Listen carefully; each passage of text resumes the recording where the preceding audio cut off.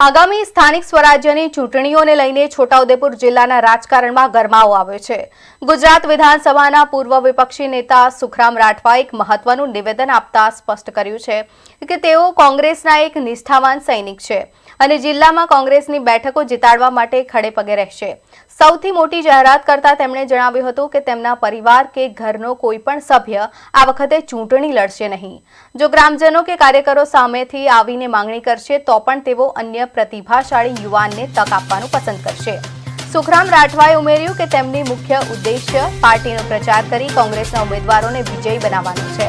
પરિવારવાદથી દૂર રહીને નવા ચહેરાઓને તક આપવાની તેમની આ વાત હાલ રાજકીય વર્તુળોમાં ચર્ચાનો વિષય બની છે।